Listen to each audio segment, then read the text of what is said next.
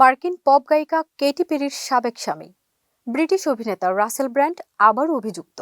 আবারও আইনি জটিলতায় পড়েছেন তিনি। রাসেলের বিরুদ্ধে আবারও ধর্ষণ ও যৌন নিপীড়নের অভিযোগ উঠেছে। 23 ডিসেম্বর লন্ডন পুলিশ জানিয়েছে, ব্র্যান্ডের বিরুদ্ধে আরও 2টি নতুন অভিযোগ দায়ের করা হয়েছে। জানা গেছে, নতুন করে আরও 2 নারী এই অভিযোগ দায়ের করেছেন। এর ফলে এখন পর্যন্ত 6 জন নারীর অভিযোগে অভিযুক্ত হলেন 50 বছর বয়সী এই তারকা। আমরা বিশ্বাস করি এই স্বপ্নগুলিতেই তৈরি হবে স্বপ্নের বাংলাদেশ। স্বপ্ন ধরা, ধরনীর বুকে স্বপ্নের ঠিকানা। চলতি বছরের এপ্রিলে 4 নারীর অভিযোগের ভিত্তিতে রাসেল ব্র্যান্ডের বিরুদ্ধে 5টি গুরুতর অভিযোগ গঠন করা হয়েছিল। রাসেল ব্র্যান্ডকে আগামী 20 জানুয়ারি আদালতে হাজির হতে সময় জারি করা হয়েছে।